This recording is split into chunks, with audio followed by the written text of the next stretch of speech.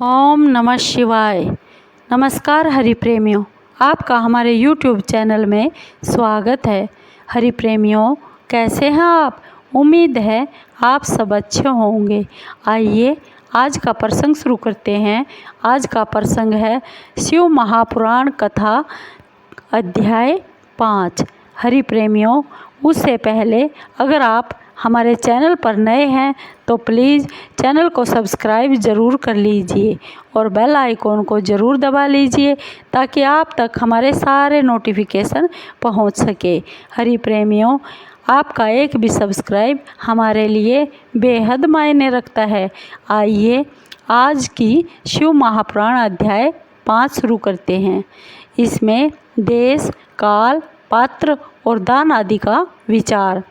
ऋषियों ने कहा, समस्त पदार्थों के ज्ञाताओं में श्रेष्ठ सूत जी, अब आप क्रमशः देश, काल आदि का वर्णन कीजिए। सूत जी बोले, महर्षियों, देव यज्ञ आदि कर्मों में अपना शुद्ध ग्रह समान फल देने वाला होता है, अर्थात अपने घर में किए हुए देव यज्ञ आदि शास्त्रोक्त फल को सम मात्रा में देने वाले होते हैं। गौशाला का स्थान घर की अपेक्षा 10 गुना फल देता है। जलाशय का तट उससे भी 10 गुना महत्व रखता है तथा जहाँ बेल, तुलसी, पीपल वृक्ष का मूल निकट हो वह स्थान जलाशय के तट से भी 10 गुना फल देने वाला होता है। देवालय को उससे भी 10 गुना महत्व का स्थान जानना चाहिए। देवालय से भी 10 गुना महत्व रखता है। तीर्थ भूमि का तट उससे 10 गुना श्रेष्ठ है। नदी का किनारा उससे 10 गुना उत्कृष्ट है। तीर्थ नदी का तट तथा उससे भी 10 गुना महत्व रखता है सप्तगंगा नामक नदियों का तीर्थ। गंगा, गोदावरी, कावेरी, ताम्रपर्णी, सिंधु, सरयू और नर्मदा, इन 7 नदियों को सप्तगंगा कहा गया है।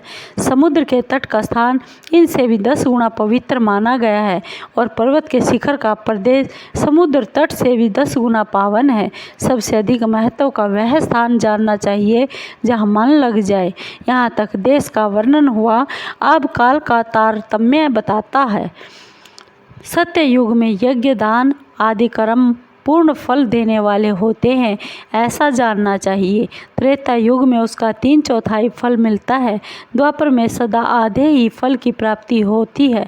कलयुग में 1/4 ही फल की प्राप्ति समझनी चाहिए और आधा कलयुग बीतने पर उस 1/4 फल से भी 1/4 कम हो जाता है। शुद्ध अंतःकरण वाले पुरुष को शुद्ध एवं पवित्र दिन सम फल देने वाला होता है।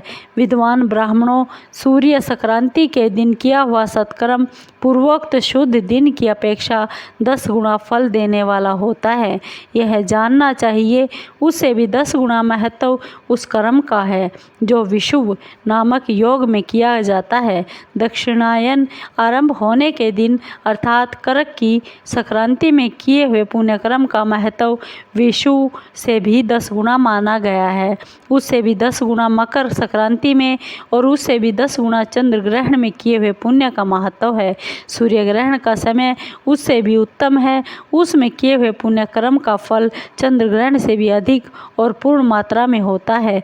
इस बात को विज्ञ पुरुष जानते हैं। जगत रूपी सूर्य का राहु रूपी विष से संयोग होता है, इसलिए सूर्य ग्रहण का समय रोग प्रदान करने वाला होता है। अतः उस विष की शांति के लिए उस समय स्नान, दान और जप करे। वह काल विष की शांति के लिए उपयोगी होने के कारण पुण्यप्रद माना गया है।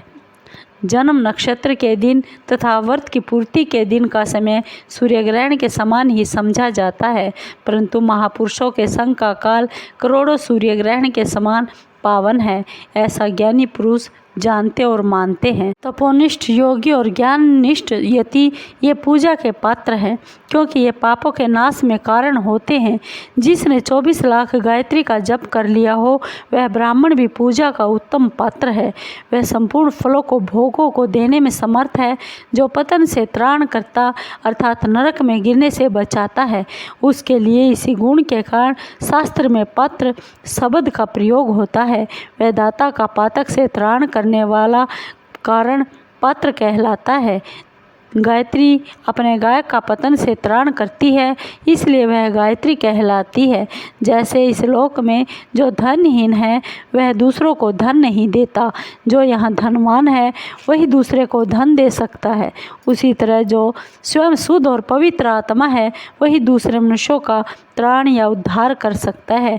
जो गायत्री का जप करके शुद्ध हो गया है वही शुद्ध ब्राह्मण कहलाता है।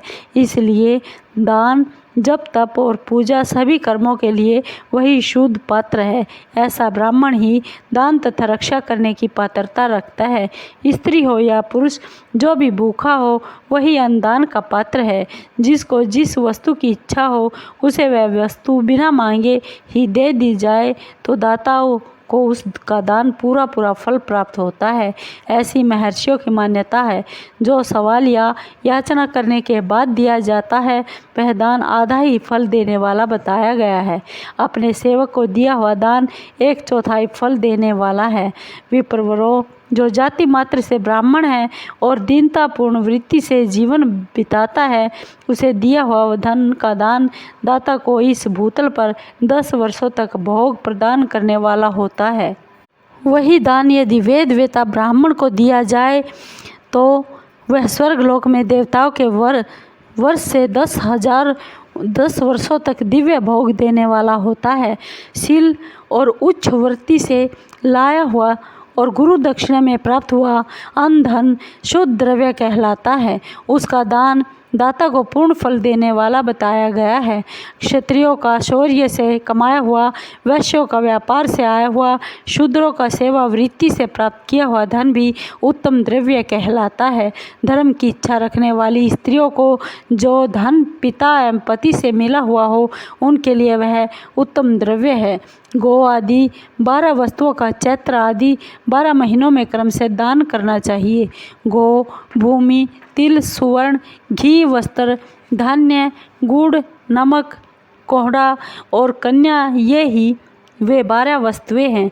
इनमें गोदान से कायिक, वाचिक, मानसिक पापों का निवारण तथा कायिक आदि पुण्य कर्मों की पुष्टि होती है। ब्राह्मणों, भूमि का दान इस लोक और परलोक में प्रतिष्ठा की प्राप्ति कराने वाला है। तिल का दान बलवर्धक एवं मृत्यु का निवारक होता है। सुवर्ण का दान जठराग्नि को बढ़ाने वाला तथा वीर्यदायक होता है। घी का दान पुष्टिकारक होता है। वस्त्र का दान आयु की वृद्धि कराने वाला होता है, ऐसा जानना चाहिए। धान्य का दान अन्न धन की समृद्धि में कारण होता है। गुड़ का दान मधुर भोजन की प्राप्ति करने वाला होता है। चांदी के दान से वीर्य की वृद्धि होती है। लवण का दान षड्रस भोजन की प्राप्ति कराता है। सब प्रकार का दान सारी समृद्धि की सिद्धि के लिए होता है। विज्ञ पुरुष कुसुमांड के दान को पुष्टिदायक मानते हैं। कन्या का दान आजीवन भोग देने वाला होता है। ब्राह्मणों, वह लोक और परलोक में भी संपूर्ण भोगों की प्राप्ति कराने वाला है। विद्वान पुरुष को चाहिए कि जिन वस्तुओं से श्रवण आदि इंद्रियों की तृप्ति होती है उनका सदा दान करे। श्रोत्र आदि 10 इंद्रियों के जो शब्द आदि 10 विषय हैं उनका दान किया जाए तो वे भोगों की प्राप्ति कराते हैं तथा दिशा आदि इंद्रिय देवताओं को संतुष्ट करते हैं। वेद और शास्त्र को गुरुमुख से ग्रहण करके गुरु के उपदेश से अथवा स्वयं ही बोध प्राप्त करने के बाद जो बुद्धि का यह निश्चय होता है कि कर्मों का फल अवश्य मिलेगा, इसी को उच्च कोटि की आस्तिकता कहते हैं। भाई बंधु अथवा राजा के भय से जो आस्तिकता बुद्धि या श्रद्धा होती है वह कनिष्ठ श्रेणी की आस्तिकता है, जो सर्वथा दरिद्र है। इसलिए जिसके पास सभी वस्तुओं का अभाव है वह वाणी अथवा कर्म द्वारा यजन करे। मंत्र, स्रोत और जप आदि को वाणी द्वारा किया गया यजन समझना चाहिए तथा तीर्थ यात्रा और व्रत आदि को विद्वान पुरुष शारीरिक यजन मानते हैं। जिस किसी भी उपाय से थोड़ा हो या बहुत देवता अर्पण बुद्धि से जो कुछ दिया गया और किया गया वह दान या सत्कर्म भोगों की प्राप्ति कराने में समर्थ होता है। तपस्या और दान ये 2 कर्म मनुष्य को सदा करने चाहिए तथा ग्रह का दान करना चाहिए। जो अपने वर्ण और गुण से सुशोभित हो। बुद्धिमान पुरुष देवताओं की तृप्ति के लिए जो कुछ देते हैं वह अतिशय मात्रा में और सब प्रकार के भोग प्रदान करने वाला होता है। उस दान से विद्वान पुरुष इस लोक और परलोक में उत्तम जन्म तथा सदा सुलभ होने वाला भोग पाता है। ईश्वर अर्पण बुद्धि से यज्ञ दान आदि कर्म करके मनुष्य मोक्ष फल का भागी होता है। पृथ्वी आदि से निर्मित देव प्रतिमाओं की पूजन विधि, उनके लिए नैवेद्य का विचार, पूजन के विभिन्न उपचारों का फल, विशेष मास, वार, तिथि और नक्षत्रों के योग में पूजन का विशेष फल तथा लिंग के वैज्ञानिक स्वरूप का विवेचन। ऋषियों ने कहा, साधु शिरोमणे, अब आप पार्थिव प्रतिमा की पूजा का विधान बताइए जिससे समस्त अभीष्ट वस्तुओं की प्राप्ति होती है। सूत जी बोले, महर्षियों, तुम लोगों ने बहुत उत्तम बात पूछी है। पार्थिव प्रतिमा का पूजन सदा संपूर्ण मनोरथों को पूर्ण करने वाला होता है और दुख का तत्काल निवारण करने वाला है। मैं उसका वर्णन करता हूँ, तुम लोग ध्यान से सुनो। पृथ्वी आदि की बनी हुई देव प्रतिमाओं की पूजा इस भूतल पर अभीष्टदायक मानी गई है। निश्चय ही इसमें पुरुषों का और स्त्रियों का भी अधिकार है। नदी, पोखरे अथवा कुएं में प्रवेश करके पानी के भीतर से मिट्टी लेकर आए, फिर गंध चूर्ण के द्वारा उसका संशोधन कीजिए और शुद्ध मंडप में रखकर उसे महीन पीसे और साने। इसके बाद हाथ से प्रतिमा बनाए और दूध से उसका सुंदर संस्कार करें। उस प्रतिमा में अंग प्रत्यंग अच्छी तरह प्रकट हो तथा वह सब प्रकार के अस्त्र शस्त्रों से संपन्न बनाई गई हो। तदंतर उसे पद्मासन पर बैठाकर स्थापित करके आदरपूर्वक उसका पूजन करें। गणेश, सूर्य, विष्णु, दुर्गा और शिव की प्रतिमा का शिव एवं शिवलिंग का द्विज को सदा पूजन करना चाहिए। षोडशोपचार पूजन जनित फल की सिद्धि के लिए 16 उपचारों द्वारा पूजन करना चाहिए। पुष्प से प्रोक्षण और मंत्र पाठ पूर्वक अभिषेक करें। अगहनी के चावल से नैवेद्य तैयार करें। सारा नैवेद्य एक कुडो यानी लगभग पाव भर होना चाहिए।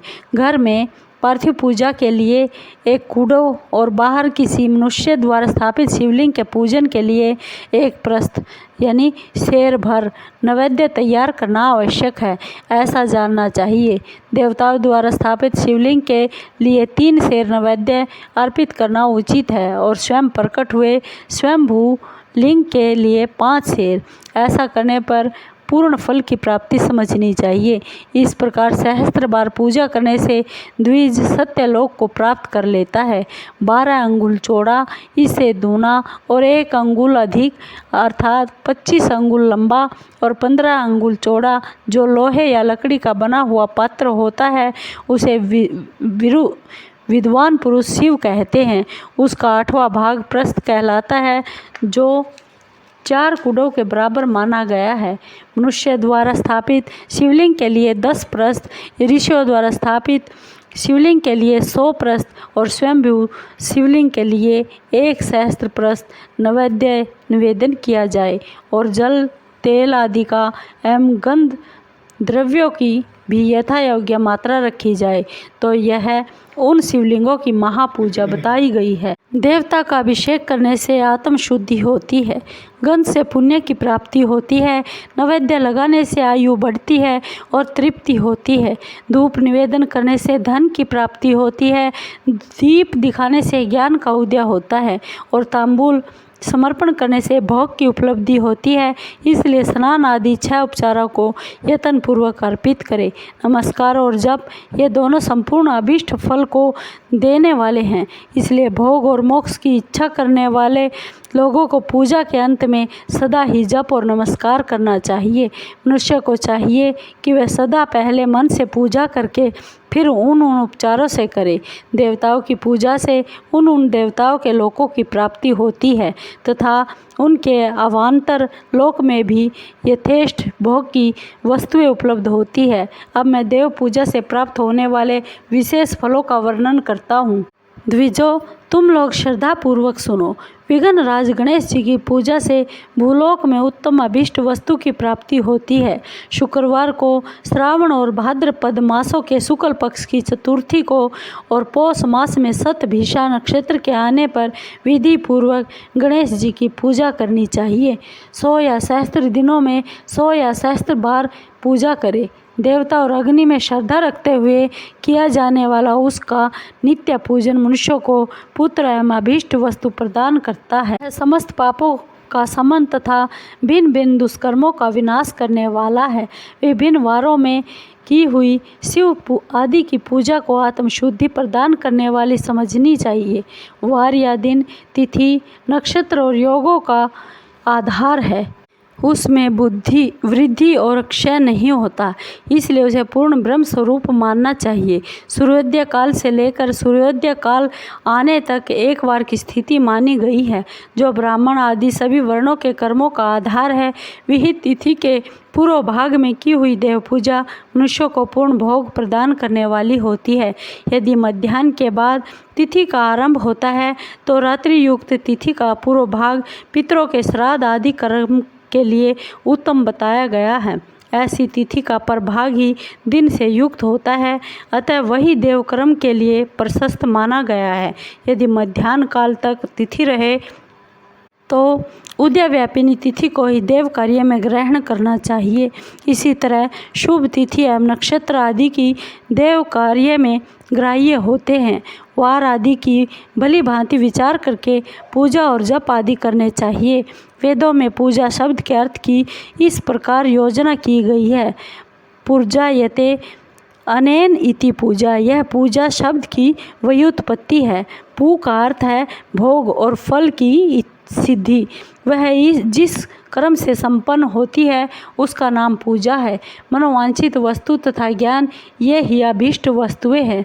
सकाम भाव वाले को अभीष्ट भोग अपेक्षित होता है और निष्काम भाव वाले को अर्थ पारमार्थिक ज्ञान, ये दोनों ही पूजा शब्द के अर्थ हैं। इनकी योजना करने से ही पूजा शब्द की सार्थकता है। इस प्रकार लोक और वेद में पूजा शब्द का अर्थ विख्यात है। नित्य और नैमित्तिक कर्म कालांतर में फल देते हैं, किंतु काम्य कर्म का यदि भली भांति अनुष्ठान हुआ हो तो वह तत्काल फल देता है। प्रतिदिन एक पक्ष, एक मास, एक वर्ष तक लगातार पूजन करने से उन कर्मों के फल की प्राप्ति होती है। उनसे वैसे ही पापों का क्रम से अक्षय होता है। प्रत्येक मास के कृष्ण पक्ष की चतुर्थी तिथि को की हुई महागणपति की पूजा एक पक्ष के पापों का नाश करने वाली होती है और एक पक्ष तक उत्तम भोग रूपी फल देने वाली होती है। चैत्र मास में चतुर्थी को की हुई पूजा एक मास तक किए गए पूजन का फल देने वाली होती है। जब सूर्य सिंह राशि पर स्थित हो उस समय भाद्रपद मास की चतुर्थी को की गई गणेश की पूजा एक वर्ष तक मनोवांछित भोग प्रदान करती है, ऐसा जानना चाहिए। श्रावण मास के रविवार को हस्त नक्षत्र से युक्त सप्तमी तिथि को तथा माघ शुक्ला सप्तमी को भगवान सूर्य का पूजन करना चाहिए। ज्येष्ठ तथा भाद्रपद मासों के बुधवार को श्रवण नक्षत्र से युक्त द्वादशी तिथि को तथा केवल द्वादशी को भी किया गया भगवान विष्णु का पूजन अभीष्ट संपत्ति को देने वाला माना गया है। श्रावण मास में की जाने वाली श्रीहरि की पूजा अभीष्ट मनोरथ और आरोग्य प्रदान करने वाली होती है। अंगों एवं उपकरणों सहित पूर्वोक्त गो आदि 12 वस्तुओं का दान करने से जिस फल की प्राप्ति होती है उसी को द्वादशी तिथि में आराधना द्वारा श्री विष्णु की तृप्ति करके मनुष्य प्राप्त कर लेता है। जो द्वादशी तिथि को भगवान विष्णु के 12 नामों द्वारा 12 ब्राह्मणों का षोडशोपचार पूजन करता है वह उनकी प्रसन्नता प्राप्त कर लेता है। इसी प्रकार संपूर्ण देवताओं के विभिन्न 12 नामों द्वारा किया हुआ 12 ब्राह्मणों का पूजन उन देवताओं को प्रसन्न करने वाला होता है। करक की संक्रांति से युक्त श्रावण मास में 9वीं तिथि को मृगशिरा नक्षत्र के योग में अंबिका का पूजन करें। वे संपूर्ण मनोवांछित भोगों तथा फलों को देने वाली होती हैं। ऐश्वर्य की इच्छा रखने वाले पुरुष को उस दिन अवश्य उनकी पूजा करनी चाहिए। अश्विन माह के शुक्ल पक्ष की 9वीं तिथि संपूर्ण अभीष्ट फलों को देने वाली है। उसी मास के कृष्ण पक्ष की चतुर्दशी को यदि रविवार पड़ रहा हो तो दिन का महत्व विशेष बढ़ जाता है। उसके साथ ही यदि आर्द्रा और महाआर्द्रा सूर्य संक्रांति के युक्त आर्द्रा का योग हो तो उक्त अवसरों पर की गई शिव पूजा का विशेष महत्व माना गया है। माघ कृष्णा चतुर्दशी को की हुई शिवजी की पूजा संपूर्ण अभीष्ट फलों को देने वाली है। वह मनुष्यों की आयु बढ़ाती है, मृत्यु कष्ट को दूर हटाती है, समस्त सिद्धियों की प्राप्ति कराती है। और ज्येष्ठ मास में चतुर्दशी को यदि महाआर्द्रा का योग हो और मार्गशीर्ष मास में किसी भी तिथि को यदि आर्द्रा नक्षत्र हो तो उस अवसर पर विभिन्न वस्तुओं की बनी हुई मूर्ति के रूप में शिव की जो 16 उपचारों से पूजा करता है उस पुण्यात्मा के चरणों का दर्शन करना चाहिए। भगवान शिव की पूजा मनुष्यों को भोग और मोक्ष देने वाली है, ऐसा जानना चाहिए। कार्तिक मास में प्रत्येक वार और तिथि आदि में महादेव जी की पूजा का विशेष महत्व है। कार्तिक मास आने पर विद्वान पुरुष दान, तप, होम, जप और नियम आदि के द्वारा समस्त देवताओं का षोडशोपचार से पूजन करें।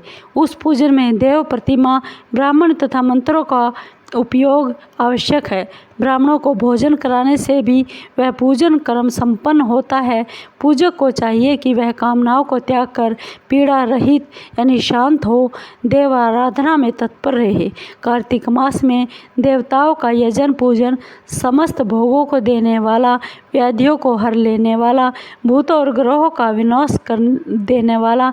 कार्तिक मास के रविवारों को भगवान सूर्य की पूजा करने और तेल तथा सूती वस्त्र देने से मनुष्य के कोढ़ आदि रोगों का नाश होता है। हरड़, काली मिर्च, वस्त्र और खीरा आदि का दान देने वाले ब्राह्मणों की प्रतिष्ठा करने से क्षय के रोग का नाश होता है। दीप और सरसों के दान से मृगी का रोग दान होता है। कृत्तिका नक्षत्र से युक्त सोमवारों को किया हुआ शिवजी का पूजन मनुष्यों के महान दारिद्र्य को मिटाने वाला और संपूर्ण संपत्तियों को देने वाला है। घर की आवश्यक सामग्रियों के साथ ग्रह और क्षेत्र आदि का दान करने से भी उक्त फल की प्राप्ति होती है। कृत्तिका युक्त मंगलवारों को श्री स्कंद का पूजन करने से तथा दीपक एवं घंटा आदि का दान करने से मनुष्यों को शीघ्र ही वाक सिद्धि प्राप्त हो जाती है। उनके मुख से निकली हुई हर बात सत्य हो जाती है। कृत्तिका युक्त बुधवारों को किया हुआ श्री विष्णु जी का यजन तथा दही भात का दान मनुष्यों को उत्तम संतान प्राप्ति करने वाला होता है। कृत्तिका युक्त गुरुवारों को धन से ब्रह्मा जी का पूजन तथा मधु, सोना और घी का दान करने से मनुष्यों के भोग वैभव की वृद्धि होती है। कृत्तिका युक्त शुक्रवारों को गजानन गणेश जी की पूजा करने से तथा गंध, पुष्प और अन्न की दान देने से मानवों के भोग्य पदार्थों की वृद्धि होती है। उस दिन सोना, चांदी आदि का दान करने से बंध्या को उत्तम पुत्र की प्राप्ति होती है। कृत्तिका युक्त शनिवारों को दिक्पालों की वंदना, दिग्गजों, नागों और सेतुपालों का पूजन, त्रिनेत्रधारी रुद्र, पापहारी विष्णु और ज्ञानदाता ब्रह्मा का आराधना और धन्वंतरी एवं दोनों अश्विनी कुमारों का पूजन करने से रोग, दुर्मृत्यु एवं अकाल मृत्यु का निवारण होता है तथा तात्कालिक व्याधियों की शांति हो जाती है। नमक, लोहा, तेल और उड़द आदि का, तिरकटू, सौंठ, पीपल और गोल मिर्च, फल का, गंध और जल आदि का तथा घृत आदि द्रव्य पदार्थों का और स्वर्ण, मोती आदि कठोर वस्तुओं का भी दान देने से स्वर्गलोक की प्राप्ति होती है। इनमें से नमक आदि का मान कम से कम 1 प्रस्थ होना चाहिए और सुवर्ण आदि का मान कम से कम 1 पल। धन की संक्रांति से युक्त पौष मास में उष काल में शिव आदि समस्त देवताओं का पूजन क्रमशः समस्त सिद्धियों की प्राप्ति कराने वाला होता है। इस पूजन में अग्नि के चावल से तैयार किए गए हविष्य का नैवेद्य उत्तम बताया जाता है। पौष मास में नाना प्रकार के अन्न का नैवेद्य विशेष महत्व रखता है। मार्गशीर्ष मास में केवल अन्न का दान करने वाले मनुष्यों को ही संपूर्ण अभीष्ट फलों की प्राप्ति हो जाती है। मार्गशीर्ष मास में अन्न का दान करने वाले मनुष्य के सारे पाप नष्ट हो जाते हैं। वह अभीष्ट सिद्धि, आरोग्य, धर्म, वेद का सम्यक ज्ञान उत्तम अनुष्ठान का फल, इहलोक और परलोक में महान भोग, अंत में सनातन योग तथा वेदांत ज्ञान की सिद्धि प्राप्त कर लेता है। जो भोग की इच्छा रखने वाला है वह मनुष्य मार्गशीर्ष मास आने पर कम से कम 3 दिन भी उस काल में अवश्य देवताओं का पूजन करे और पौष मास को पूजन से खाली न जाने दे। उस काल से लेकर संघव काल तक ही पौष काल में पूजन का विशेष महत्व बताया गया है। पौष मास में पूरे महीने भर जितेंद्रिय और निराहार रहकर द्विज प्रातः काल से मध्याह्न काल तक वेद माता गायत्री का जप करे। उसके बाद रात को सोने के समय तक पंचाक्षर आदि मंत्रों का जप करे। ऐसा करने वाला ब्राह्मण ज्ञान पाकर शरीर छूटने के बाद मोक्ष प्राप्त करता है। द्विजेतर नर नारियों को त्रिकाल स्नान और पंचाक्षर मंत्र के ही निरंतर जप से विशुद्ध ज्ञान प्राप्त हो जाता है। इष्ट मंत्रों का सदा जप करने से बड़े से बड़े पापों का विनाश हो जाता है। सारा चराचर जगत बिंदु नाद स्वरूप है। बिंदु शक्ति है और नाद शिव है। इस तरह यह जगत शिव शक्ति स्वरूप ही है। नाद बिंदु का और बिंदु इस जगत का आधार है। ये बिंदु और नाद संपूर्ण जगत के आधार स्वरूप में स्थित है। बिंदु और नाद से युक्त सब कुछ शिव स्वरूप है, क्योंकि वही सबका आधार है। आधार में ही आधेय का समावेश अथवा लय होता है। यही सकलीकरण है। इस सकलीकरण की स्थिति से ही सृष्टि काल में जगत का प्रादुर्भाव होता है, इसमें संशय नहीं है। शिवलिंग बिंदु नाद स्वरूप है, अतः उसे जगत का कारण बताया जाता है। बिंदु देव है, नाद शिव है। इन दोनों का संयुक्त रूप ही शिवलिंग कहलाता है। अतः जन्म के संकट से छुटकारा पाने के लिए शिवलिंग की पूजा करनी चाहिए। बिंदु रूपा देवी उमा माता है और नाद स्वरूप भगवान शिव पिता है। इन माता पिता के पूजित होने से परमानंद की प्राप्ति होती है। अतः परमानंद का लाभ लेने के लिए शिवलिंग का विशेष रूप से पूजन करें। देवी उमा जगत की माता है और भगवान शिव जगत के पिता हैं। जो इनकी सेवा करता है उस पुत्र पर इन दोनों माता पिता की कृपा नित्य अधिकाधिक बढ़ती रहती है। वे पूजक पर कृपा करके उसे अपना आंतरिक ऐश्वर्य प्रदान करते हैं। अतः हे मुनीश्वरों, आंतरिक आनंद की प्राप्ति के लिए शिवलिंग को माता पिता का स्वरूप मानकर उसकी पूजा करनी चाहिए। शिव पुरुष रूप भर्ग और भर्गा शिवा शक्ति प्रकृति कहलाती है। अव्यक्त आंतरिक अधिष्ठान रूप गर्भ को पुरुष कहते हैं और सुव्यक्त आंतरिक अधिष्ठान भूत गर्भ को प्रकृति। पुरुष आदि गर्भ है, वह प्रकृति रूप गर्भ से युक्त होने के कारण गर्भवान है, क्योंकि वही प्रकृति का जनक है। प्रकृति में जो पुरुष का संयोग होता है, यही पुरुष से उसका प्रथम जन्म कहलाता है। अव्यक्त प्रकृति से महत्त्व आदि के क्रम से जो जगत का व्यक्त होना है, यही उस प्रकृति का द्वितीय जन्म कहलाता है। जीव पुरुष से ही बार बार जन्म और मृत्यु को प्राप्त करता है। माया द्वारा अन्य रूप से प्रकट किया जाना ही उसका जन्म कहलाता है। जीव का शरीर जन्म काल से ही जीर्ण होने लगता है, इसलिए उसे जीव संज्ञा दी गई है। जो जन्म लेता और विविध पाशों द्वारा तनाव बंधन में पड़ता है, उसका नाम जीव है। जन्म और बंधन जीव शब्द का अर्थ ही है। अतः जन्म मृत्यु रूपी बंधन की निवृत्ति के लिए जन्म के अधिष्ठान भूत मात्र पितृ स्वरूप शिवलिंग का पूजन करना चाहिए। गाय का दूध, गाय की दही और गाय का घी, इन तीनों को पूजन के लिए शहद और शक्कर के साथ साथ पृथक पृथक भी रखे और इन सब को मिलाकर सम्मिलित रूप से पंचामृत भी तैयार कर ले। इनके द्वारा शिवलिंग का अभिषेक एवं स्नान कराए। फिर गाय के दूध और अन्न के मेल से नैवेद्य तैयार करके प्रणव मंत्र के उच्चारण पूर्वक उसे भगवान शिव को अर्पित करे। संपूर्ण प्रणव को ध्वनि लिंग कहते हैं। स्वयं भूलिंग नाद स्वरूप होने के कारण नाद लिंग कहा गया है। यंत्र या अर्घा बिंदु स्वरूप होने के कारण बिंदु लिंग के रूप में विख्यात है। उसमें अचल रूप से प्रतिष्ठित जो शिवलिंग है वह मकार स्वरूप है, इसलिए मकार लिंग कहलाता है। सवारी निकालने आदि के लिए जो चर लिंग होता है वह उकार स्वरूप होने से उकार लिंग कहा गया है तथा पूजा की दीक्षा देने वाले जो गुरु या आचार्य है उनका विग्रह आकार का प्रतीक होने से आकार लिंग माना गया है।